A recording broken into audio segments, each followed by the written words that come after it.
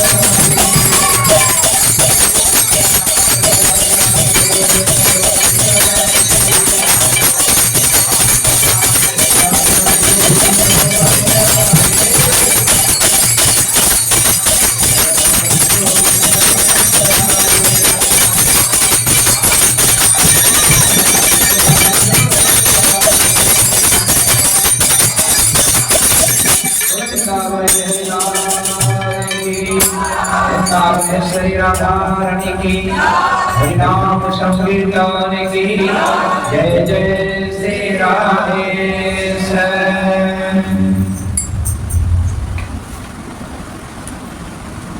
মহতের কৃপা বিনা কোনো কার্য সিদ্ধি নয়। কৃষ্ণ ভক্তের সংসার নাহি হয়। সংসারে যদি নিজের জীবন নিজের সংসারটাকে ঠিক রাখতে চাই, তাহলে মহতের কৃপা চাই। মহৎ মানে কার্যধ্বংস। দেখবেন সংসারে সরকারি বাজার ব্যবসায়ী দোকান কত কারখানা আছে, যে কোনো কাজ করছে প্রত্যেকেই সেই কাজে দক্ষতা লাভ করে তবে দোকান করেছে। এই জগতে এইরকম দক্ষতা যদি লাভ না করি, সেই বস্তুটাকে পরিচালনা করতে পারবে না। তাই এই জগতের কার্যক্রমকে আমরা মহৎ বলি, কিন্তু তারা কৃষ্ণ ভক্তি কৃষ্ণ পাদপদ্মে পৌঁছাতে পারে না। তার জন্য আমাদের আচার্যগণ বললেন মহৎ তাকে বলা যাবে যিনি কেবল কৃষ্ণকে দিতে পারে, কৃষ্ণের পাদপদ্মে পৌঁছানোর রাস্তা দেখাতে পারে, তাকে মহৎ বলা যায়। সেই মহতের নাম যেই দিন হবে আমাদের সংসারে সংসারটি শুনে সেই দিন সুখময় হবে, আনন্দময় হবে। আর যদি মহতের চরণে অপরাধ করে ফেলি, যেই মুহূর্তে অপরাধ করবো সেই মুহূর্তেই একেবারে মাঝ নদীতে নৌকা ডুবে যাবে।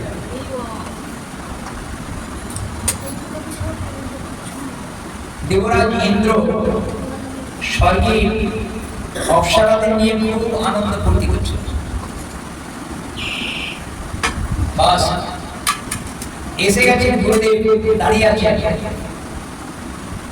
ইন্দ্রের ভ্রুক্ষেপ নাই, দেখার সময় নাই, এমন মুশকিল। দেবগুরু বৃহস্পতি মনে মনে চিন্তা করছে,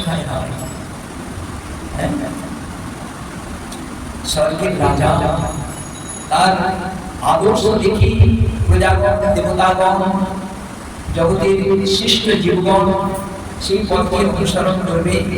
আর এই স্বর্গের রাজা হয়ে কামের তাড়নায় জগতের সংসারের মর্যাদা, শিষ্টাচার, সংস্কৃত সব কিছু ভুলে গিয়ে ওই রকম ইতর বাসনা নিয়ে পশুদের মতো আচরণ করছে। এটা ভালো নয়। গুরুদেব কিছু বললেন না, কিন্তু অসন্তুষ্ট হলে বলুন এটা কি একজন বিশেষ ব্যক্তির প্রলোভন? গুরুদেব এই চলে গেলেন।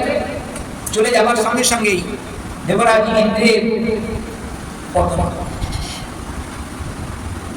পতমানে একটা চরম।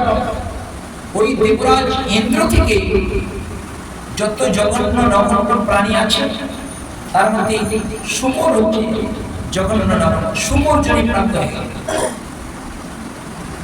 শুকর জনি প্রাপ্ত হয়ে স্বর্গের রাজ সিংহাসন খান।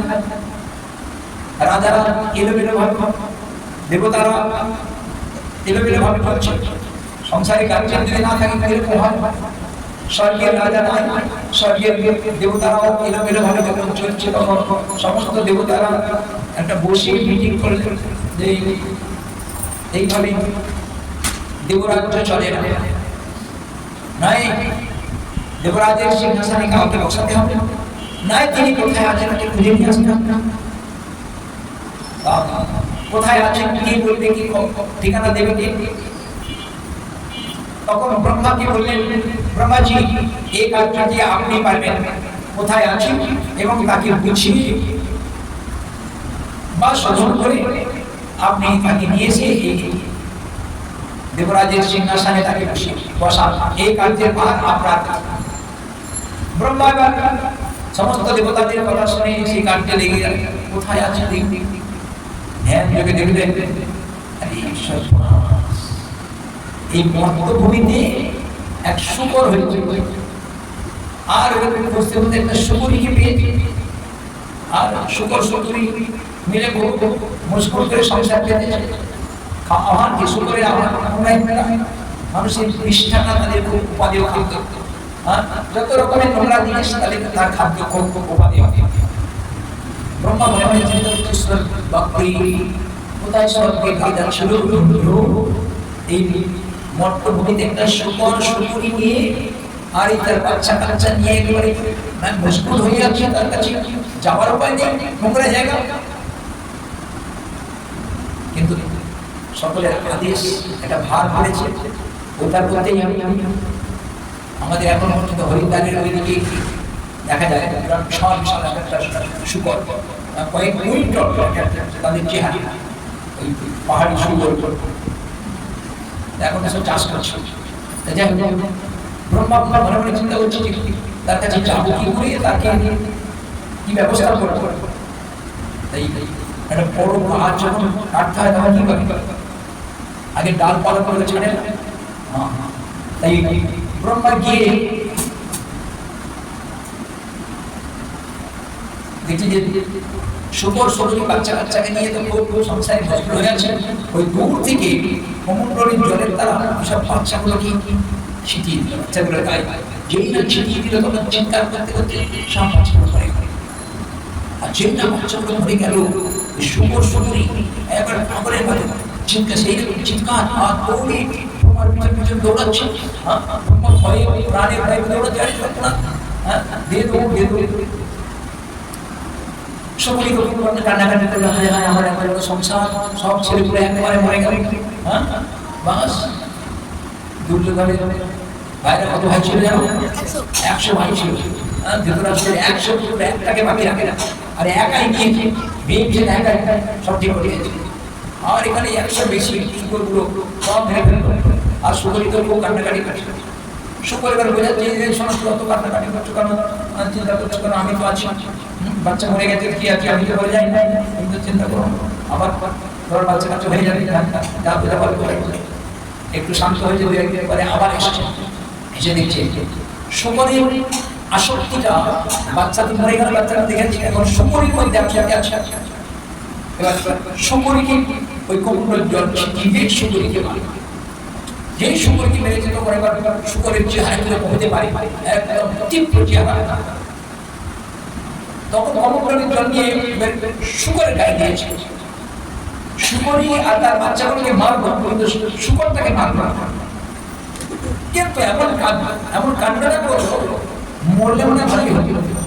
এমন অবস্থায় হলো, না পারে সে সভ্য সমাজে যেতে, আর না পারে পশু সমাজে বাস করতে। নিচের দিকটা শুকর আর উপর দিকটা মানুষের মূর্তি দেবরাজ ইন্দ্রের মুখটাকে দিয়ে দিয়েছে।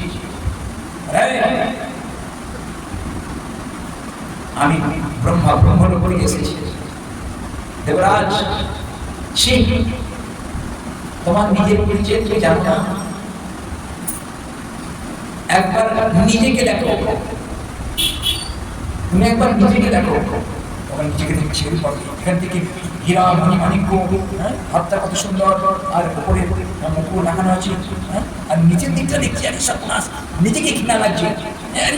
শুকর বন্ধ নোংরা, বলছি এইরকম অবস্থায় কি করবে? বলে বলো ব্রহ্মাজি বলো, তোমার নিজের চেহারা তুমি নিজে রেখেছো তো, এখন বলো যেরকম ছিল সেই রকম করবো, না অর্ধেকটা যেরকম? তোমার খেয়াল নাই, মনে পড়ে না স্বর্গের রাজা ছিল, কোন কার্যক্র নেই, কি করেছিলেন? এই শুকর মিলনের দ্বারা যে ফুর্তি আমোদ আল্লাহ স্বর্গে বসে করেছে, তার ধরুন মহৎ শ্রী গুরুদেব অসন্তুষ্ট হয়ে যান, তার ফলে এই পরিণাম। এখন কমণ্ডলের জলের দ্বারা আবার সুযোগ বানিয়ে দিই, তখন দেবরাজ আমি করেছি না, আমি এখন নিজেকে দেখলাম আমার পরিণাম বড় ভয়াবহ। আপনি কি আমার নিজের স্বরূপটা ফিরিয়ে নেন, সবকে যে ইন্দ্রত্ব ছিল সেই ইন্দ্রত্ব আপনি করুণা করে ফিরিয়ে নেন বলে আবার কমণ্ডলের জল দিয়ে তাকে ফিরিয়ে দিলেন। বললেন এই জগতের ওই রকম আমাদের স্বরূপটা আমরা বুঝি না, আমরা মনে করি যে এই জগতে এসেছি খাওয়া দাওয়া করা নিয়ে ব্যস্ত থাকাই আমাদের কাজ, বাস। তারপর ছুটি মনুষ্য জীবনের যে কেবল করণীয় কৃষ্ণ ভজনের জন্য সাধু সন্তগণ এসে ওই রকম অনেক কথা বলে। এখানে তো এর আগে আমি এসেছি অনেকদিন, 7 দিন একজনায় ওই রকম করেছি, অন্তত 15 বছর আগে। প্রায় শনি এখানে অনেক সাধু সন্তরা আসেন, মহারাজগণ আসেন, অনেক কথাই আপনারা শোনেন। আসুন নিজের জীবনকে পরিবর্তন করি, শুদ্ধ সত্তাকে, আমার শ্রী চৈতন্য মহাপ্রভু শুদ্ধ সত্তার ভূমিকাটাকে দেখানোর জন্য স্বামী ভগবান হয়ে আমাদের এই পরিস্থিতি, আমাদের দুষ্প্রবৃত্তি, বলুন শুনলে খারাপ লাগে।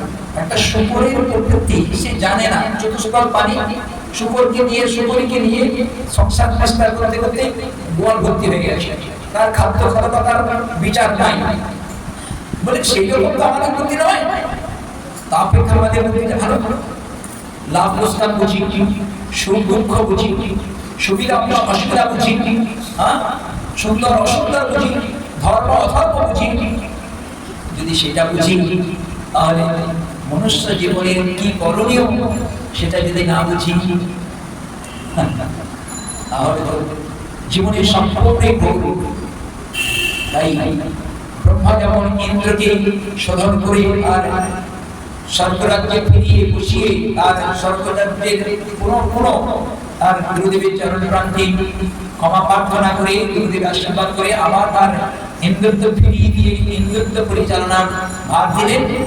ঠিক ওই রকম আমরা যদি একটু পরিবর্তন হয়ে যাই, আমাদের মনুষ্য জীবনের করণীয় কেবল আমাদের কবিরাজ বলেন আমাদের দুঃখ কেন বললেন একটা জায়গায় কৃষ্ণকে ভুলে গেছি। কৃষ্ণ বলছে অনাদি বহির্মুখ অতএব মায়া লাগলে সংসার আদি। কৃষ্ণকে ভুলে যাবার জন্য বাস যত রকমের দুঃখ ভুলে যায় কেন? বলে দুটি কারণ, একটা অজ্ঞতা আর একটা বিজ্ঞতা। অজ্ঞতার জন্য বোঝে না, তার জন্য ভুলে যায়, আর অনেক বেশি বুঝে তার জন্য ভুলে যায়। কলিযুগ পাবন অবতার শ্রী চৈতন্য মহাপ্রভু তিনি অবতীর্ণ হয়ে ছোটবেলা থেকে সকলকে কৃষ্ণ নাম করানোর জন্য বিশেষ ব্যবস্থা নিয়েছেন। সকলেই আমরা জানি চৈতন্য মহাপ্রভুর জীবনী। তিনি ব্যাকরণ পড়ে ছেলেদের পড়ান।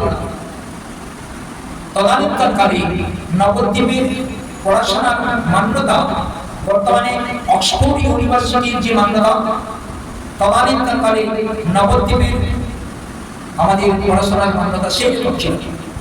কাশ্মীর থেকে কেশব নামে পণ্ডিত, তিনি বিভিন্ন দেশ জয় করতে করতে মনে করলেন এখন যেমন আমরা নিজের ছেলেকে অক্সফোর্ড ইউনিভার্সিটিতে পড়াশোনা করিয়ে সেখান থেকে একটা সার্টিফিকেট বের করে নিয়ে জগতে সুন্দর উচ্চ ভূমিকা স্থাপন করার জন্য চেষ্টা করি, কেশব কাশ্মীরি তিনি বললেন নবদ্বীপকে যদি জয় করতে না পারি আমার পাণ্ডিত্য সব ব্যর্থই ব্যর্থ।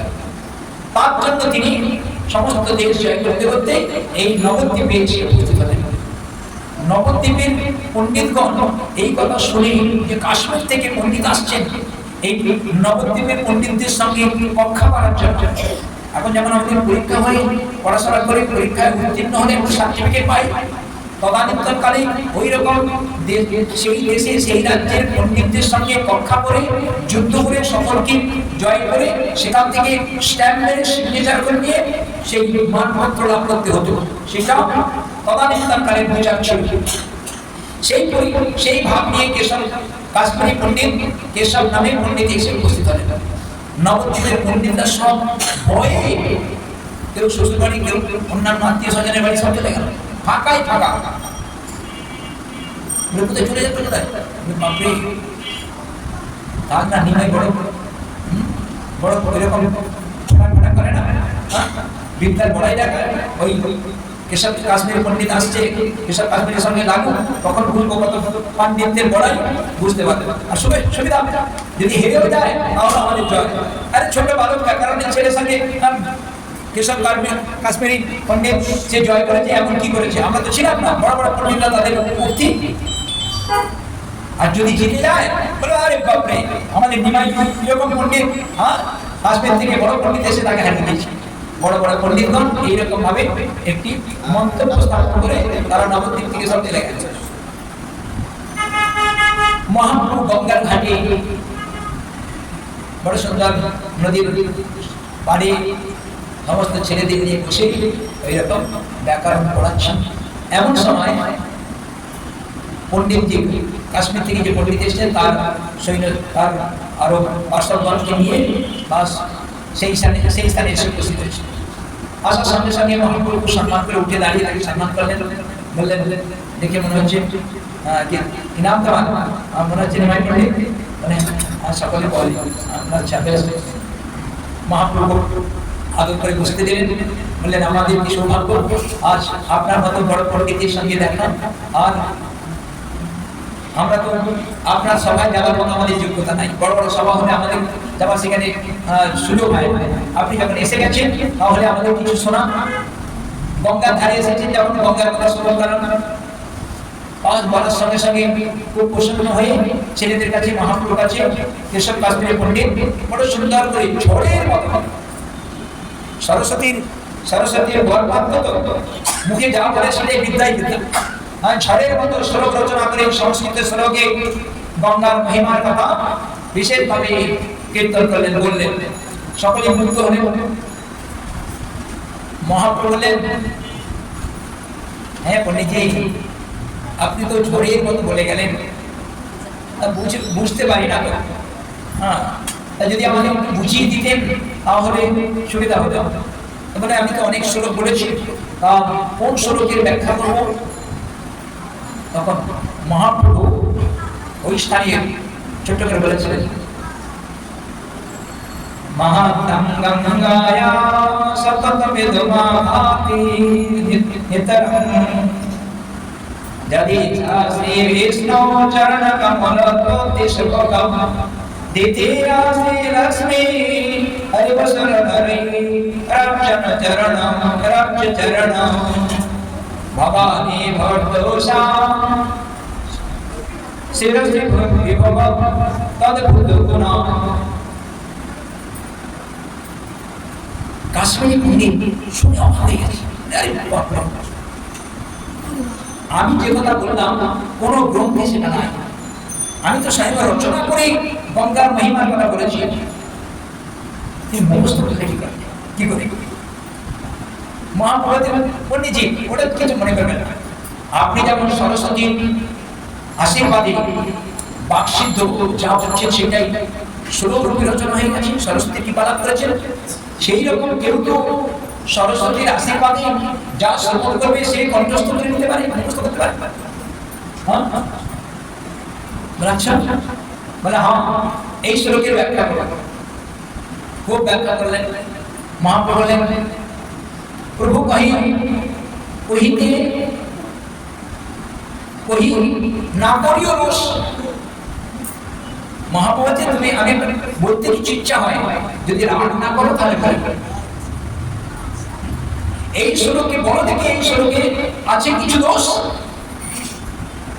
বলে আরে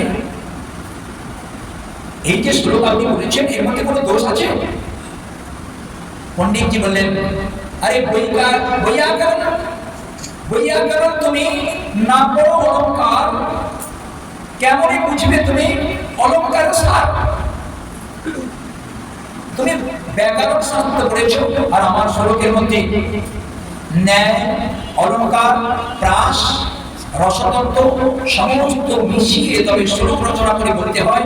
এই অলঙ্কার শাস্ত্র তুমি বুঝবে কি করে?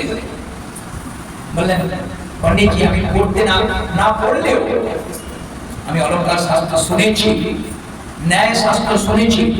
আপনি যদি রাগ না করেন তাহলে কিছু বলে এই শ্লোকে 5 জায়গায় দোষ আছে।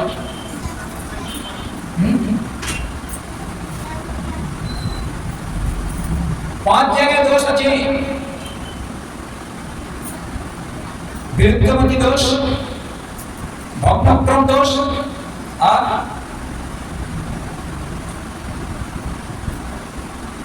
আর দ্বিরুক্তি দোষ, বিধাংশ দোষ। এই 5টি দোষে দুষ্ট। কাশ্মীরের পণ্ডিত মনে মনে চিন্তা করছে বলে কি? বলে হ্যাঁ ছোট একটা সব দোষ ধরিয়েছে। সর্বপ্রথমে বলি ভগ্নক্রম দোষ কিরকম হয়? আপনি আমাদের একটা শ্লোক হয় 4টে চরণে একটা শ্লোক হয়। প্রথম চরণ, তৃতীয় চরণ এবং চতুর্থ চরণে আপনি অনুপ্রাস লাগিয়েছেন। আপনি তকার, রকার এবং ভকার। প্রথম চরণে তকার, তৃতীয় চরণে রকার এবং চতুর্থ চরণে ভকারের দ্বারা অনুপ্রাস লাগিয়ে আপনি বলেছেন, কিন্তু দ্বিতীয় চরণে কোনো অনুপ্রাস লাগাননি। সেই জন্য ভগ্নক্রম দোষ, এটা একটা বড় বিশেষ দোষ। 1 নম্বর। দ্বিতীয় দোষ বিরুদ্ধমতি দোষ।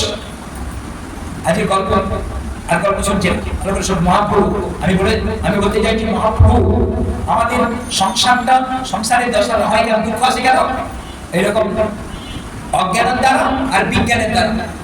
অজ্ঞানের দ্বারা জগৎ তাদেরকে কত উদ্ধার করেছেন না, আর বিজ্ঞানের দ্বারা বলতে গিয়ে আমাকে দেখাচ্ছেন বড় পণ্ডিত হলেও সেটাই তার নাম মহাপ্রভু কেমন করে তাকে শোধন করিয়ে কৃষ্ণ ভজন করিয়েছেন সে কথা বলার জন্য আমি এখানে এসেছি। যদিও বিষয়টা একটু কঠিন, বোঝা একটু পড়াশোনা না থাকলে বোঝা কষ্ট, তাহলে সমাজ আমাদের জন্যই বলেছেন। বলে বিরুদ্ধমতি দোষ। বিরুদ্ধমতি দোষটা কি? বলে ওই যে আপনি ভবানী ভক্তুষা শব্দ প্রয়োগ করেছেন। ভবানী বললেই শিবের গৃহিণীকে বোঝায়, পার্বতী দেবীকে বোঝায়। আবার ভবানী ভক্তুষা যখন বলেন তাহলে শিবের পত্নীর আবার একটা স্বামী, শব্দটা এরকম হয়ে যাচ্ছে না? ভবানী বললেই যদি শিবের গৃহিণী হয় তাহলে ভক্তুষা মানে বর্তমান স্বামী, তাহলে শিবের পত্নীর স্বামী। এটা বিরুদ্ধমতি দোষ, এটা শাস্ত্রে প্রয়োগ হয় না। বিরুদ্ধমতি দোষ নয় সম্ভাবনা। এই 2 নম্বর দোষ। আর বললেন পুনরাত্ম দোষ। পুনরাত্ম দোষ মানে বললেন ওই যে বিশেষণ দিয়েছেন বিভবতী অদ্ভুত গুণা। বিভবতী বললেই পার্বতী দেবীর বিশেষণ বহু, যত যত গুণ পার্বতী দেবীর মধ্যে পূর্ণরূপে আছে। আবার অদ্ভুত গুণা এই দ্বিরুক্তি দোষ এখানে এসে উপস্থিত হয়েছে, তৃতীয় নম্বর দোষ। আর দুটি দোষ, সেটি হচ্ছে বিধাংশ দোষ। এই বিধাংশ দোষ দুই জায়গায় আছে। বিধাংশ দোষ আমাদের একটি শব্দ অলঙ্কারে আর একটা অর্থ অলঙ্কারে দোষ। এই 5 জায়গায় দোষ একটি শ্লোকের মধ্যে। এবার এটা বড় বড় দোষ, আরো যদি নিখুঁতভাবে বিচার করা যায় সেখানে আরো অনেক দোষ আছে, আর 5টি গুণ আছে। এইভাবে মহাপ্রভু কেশব কাশ্মীরকে তার স্বতঃশুদ্ধ সরস্বতীর করুণার দ্বারায় তিনি যে গঙ্গার মহিমার কথা বলেছেন, সেই কথায় 5 জায়গায় দোষ যখন পড়িয়ে দিলেন, তার মাথা মনমন করে ঘুরছে। তখন খুব ছাত্ররা সব হাতে তালে দিচ্ছে,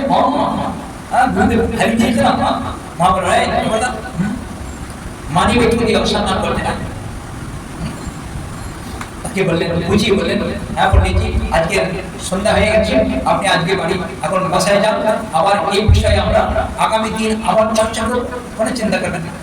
পণ্ডিতজি সেখান থেকে মন মারা হয়ে বাসায় চলে গেলেন। গিয়ে সারা ঘুম নাই, বসে সরস্বতী দেবীর প্রার্থনা করছেন, সরস্বতী দেবীর ধ্যান করছেন।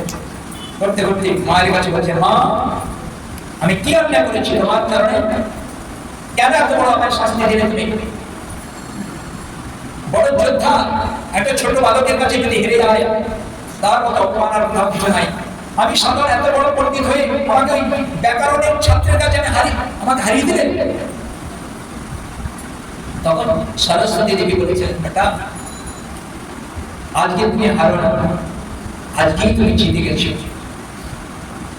জানো সেই বালককে, সেই নিমাই পণ্ডিতকে